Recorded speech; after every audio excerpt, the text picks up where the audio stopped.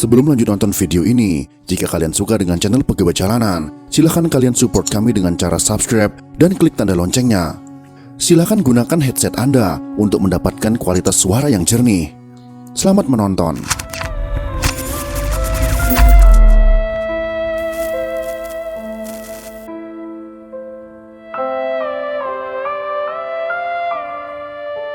Begitu banyak kisah tragis yang terjadi ketika masa-masa awal kemerdekaan Republik Indonesia. Salah satu pahlawan nasional yang menjadi korban dari Pulau Sumatera adalah Tengku Amir Hamzah, seorang bangsawan dan penyair yang luar biasa pada masanya. Kejadian tragis itu bermula ketika mulai terbentuknya Republik Indonesia sebagai upaya penyatuan pulau-pulau di Nusantara dalam satu negara.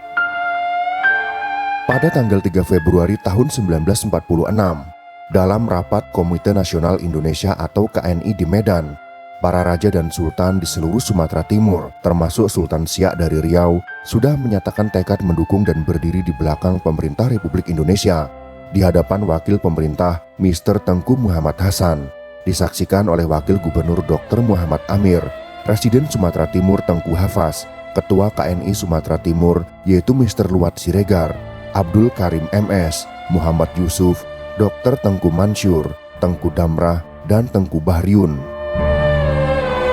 Mr. Tengku Muhammad Hasan dalam pidato pembukaan menyampaikan bahwa Undang-Undang Dasar Republik Indonesia mengakui secara resmi pemerintahan raja-raja di Sumatera Timur dan mendesak mereka agar memutuskan hubungan dengan pemerintah Belanda, melakukan proses demokratisasi, dan mendukung pemerintahan Republik Indonesia. Sultan Langkat yaitu Sultan Mahmud Abdul Jalil Rahmat Shah mewakili seluruh pemerintah Swapraja Sumatera Timur menyampaikan pidato yang berbunyi, "Kami para sultan dan raja-raja di Sumatera Timur telah mengambil keputusan bersama untuk melahirkan sekali lagi itikad kami bersama untuk berdiri teguh di belakang Presiden dan pemerintah Republik Indonesia serta turut menegakkan dan memperkokoh Republik Indonesia." Musyawarah itu akhirnya melahirkan kesepakatan membentuk panitia bersama untuk mempersiapkan proses demokratisasi di wilayah pemerintahan Swapraja Sumatera Timur. Mr. Mahadi dan Muhammad Yunus Nasution dipilih sebagai ketua dan koordinator. Mereka ditugaskan untuk mengawasi jalannya proses pemerintahan di wilayah itu sambil menanti penggabungan dengan pemerintah Republik. Hal ini menunjukkan bahwa kerajaan dan kesultanan yang ada di Sumatera Timur telah bersedia mendukung pemerintahan Republik Indonesia. Mereka menargetkan bahwa pada bulan Mei tahun 1946, pemerintahan yang baru di Sumatera Timur sudah bisa berjalan. Akan tetapi sangat disesalkan, kubu radikal mengambil jalan pintas dengan menggerakkan revolusi sosial. Meskipun kaum aristokrat Sumatera Timur sudah berjanji akan bergabung dengan pemerintah Republik Indonesia, namun rakyat sudah terlanjur menaruh dendam dan kebencian melihat sikap dan gaya hidup mereka selama ini, yang hidup serba kemewahan dan dituduh telah melakukan penindasan terhadap rakyat. Penguasa Sumatera Timur yang terkenal kaya raya itu adalah dari kalangan Melayu, yaitu Sultan Langkat dan Sultan Delhi. Sultan Langkat memperoleh kekayaan dari keuntungan usaha perminyakan dan penyewaan tanah perkebunan. Demikian juga Sultan Delhi banyak menuai kekayaan dari hasil penyewaan tanah perkebunan tembakau. Slogan-slogan bernada revolusioner kemudian membahana di seantero Sumatera Timur, antara lain berbunyi raja-raja penghisap darah rakyat, kaum feodal yang harus dibunuh, dan lagu darah rakyat. Situasi ini kemudian dimanfaatkan oleh kaum berhaluan kiri, khususnya kelompok komunis. Pada bulan Maret minggu pertama tahun 1946, semangat revolusioner ini berkecamuk di Sumatera Timur. Siapa saja yang menjadi penghambat dan penghalang jalannya revolusi akan ditangkap. Seluruh elemen organisasi larut dalam suasana revolusi. Gerakan revolusi memberikan keleluasaan kepada para aktivis muda dan buruh-buruh pendatang untuk melakukan aksi pergerakan. Kekerasan pertama terjadi di Sunggal pada tanggal 3 Maret tahun 1946. Unit-unit Laskar Rakyat menyerang markas organisasi PADI, yaitu Persatuan Anak Delhi Islam, dan pasukan kelima pimpinan Dr. F.J. Nainggolan yang berada dekat rumah Datuk Hitam. Di Tanjung Pura tempat kedudukan Sultan Langkat, yaitu Istana Darul Aman, berhasil dikuasai oleh massa. Mereka juga melampiaskan nafsu bejat mereka kepada dua orang putri Sultan Langkat. Yang menjadi garis bawah yang harus kita ketahui, dalam masa-masa revolusi tersebut, semua golongan ada dalam masa yang melakukan revolusi. Sehingga kaum radikal dan kaum yang lebih moderat tidak dapat dibedakan lagi, sehingga mereka melakukan revolusi berjalan dengan sendiri-sendiri, sehingga ada kelompok revolusi yang melakukan perbuatan di luar batas kemanusiaan. Putri Sultan Langkat dipaksa melayani nafsu birahi Marwan dan Usman Parinduri. Kebiadaban mereka dituliskan oleh Tengku Lukman Sinar. Kedua putri itu meraung kesakitan, dan setiap rintihan merupakan pisau sembilu yang menusuk jantung Sultan yang mendengarnya dari kamar sebelah. Kedua pelaku pemerkosaan ini kemudian ditangkap dan dijatuhi hukuman mati. Istana Darul Aman dibakar, namun Sultan Langkat tidak dibunuh. Ia ditangkap lalu diasingkan ke Batang Serangan, hingga kemudian Belanda membebaskannya pada bulan Juli tahun 1947.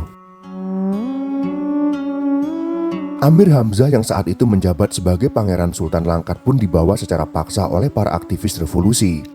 Amir Hamzah adalah nama pena dari Tengku Amir Hamzah, Pangeran Indra Putra. Sastrawan yang digelari raja penyair ini termasuk angkatan Pujangga Baru. Buah Rindu, Nyanyian Sunyi, dan Setanggi Timur adalah sedikit contoh dari banyak karyanya yang begitu terkenal. Amir lahir di Tanjung Pura, Langkat, Sumatera Timur pada tanggal 28 Februari tahun 1911 dari keluarga bangsawan Melayu Kesultanan Langkat. Amir menikah dengan Tengku Putri Kamiliah, putri tertua Sultan Langkat, yaitu Sultan Mahmud. Selain Pangeran Langkat Hilir, kemudian ia menjadi Bendahara Paduka Raja, lalu Pangeran Langkat Hulu, lantas menjabat Ketua Pengadilan Kerapatan Kesultanan Langkat. Pada saat yang sama dan di tanah yang sama, Amir Hamzah juga menjadi asisten residen Langkat dalam pemerintahan Republik Indonesia. Meskipun bergelar bangsawan, Amir jarang sekali memakai gelar tengkunya. Ia seringkali hanya menuliskan namanya hanya dengan Amir Hamzah, termasuk ketika menulis puisi-puisi. Pada tanggal 7 Maret tahun 1946, dengan kendaraan terbuka, Tengku Amir Hamzah dan lainnya dijemput paksa. Saat itu ia berbaju putih lengan panjang. Ia sempatkan melambaikan tangannya kepada orang-orang yang ingin menyalaminya di jalan. Bersama tahanan lain, Amir dikumpulkan di Jalan Imam Bonjol Binjai, lalu dikirim ke perladangan Kuala Begumit untuk disiksa dan dibunuh. Amir Hamzah awalnya ditahan di sebuah rumah bekas tahanan Kampetai di tepi sungai Mencirim Binjai. 13 hari kemudian, barulah ia dieksekusi mati. Anehnya beberapa orang pemuda ternyata sempat mendatangi Tengku Kamiliah, istri Amir Hamzah, untuk memintakan apa-apa yang kiranya perlu dikirimkan kepada Tengku Amir Hamzah di kamp penyiksaan. Inilah daku titipkan teruntuk suamiku, juada satu siak, masakan Melayu, dan ini sehelai kain sembahyang, dan sepasang baju teluk belanga putih. Karena kubusu tak lepas dari menderas Al-Quran saban hari. Bawakanlah ini Al-Quran untuk beliau, ujar Tengku Kamiliah.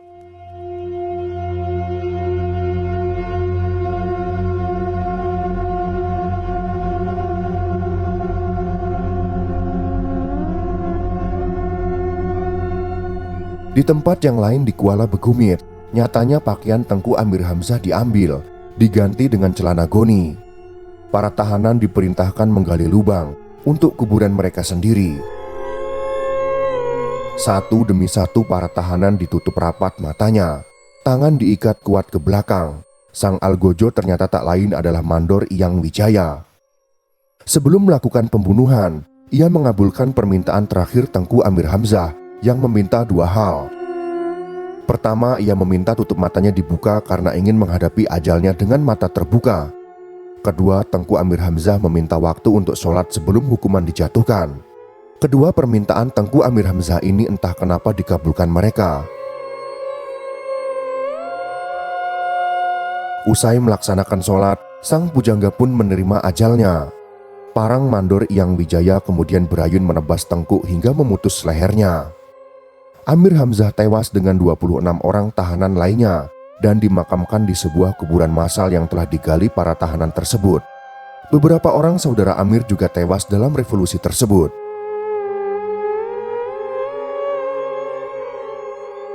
Kabar kematian Amir Hamzah tak lantas dipercayai istrinya, yaitu Tengku Kamiliah, putri Sultan Langkat saat itu. Kamiliah percaya suaminya akan segera pulang. Bahkan ketika kuburan itu dibongkar dan tengkoraknya dikenali, ia tetap tak percaya itu adalah tengkorak suaminya. Kepada anaknya Tengku Tahura yang akrab dipanggil Kuyong, Kamiliah selalu menanamkan keyakinan bahwa ayahnya tidak mati. Malam itu pada tanggal 20 Maret tahun 1946, saat sang pujangga ternama meninggal, ia seperti menggenapkan salah satu lirik dalam sajaknya. Buah rindu, datanglah engkau wahai maut, lepaskan aku dari nestapa. Catatan tentang kematian Amir Hamzah dituliskan oleh Tengku M. Lahusni dalam bukunya yang berjudul Biografi Sejarah Pujangga dan Pahlawan Nasional Amir Hamzah tahun 1978. Pada bulan November tahun 1949, sebuah kuburan dangkal dibongkar yang di dalamnya terdapat 8 mayat. Salah satunya memakai cincin kecubung dengan keadaan kedua giginya patah. Inilah kerangka Amir Hamzah. Kerangka itu lalu dikuburkan ke pemakaman keluarga kerajaan di samping Masjid Azizi.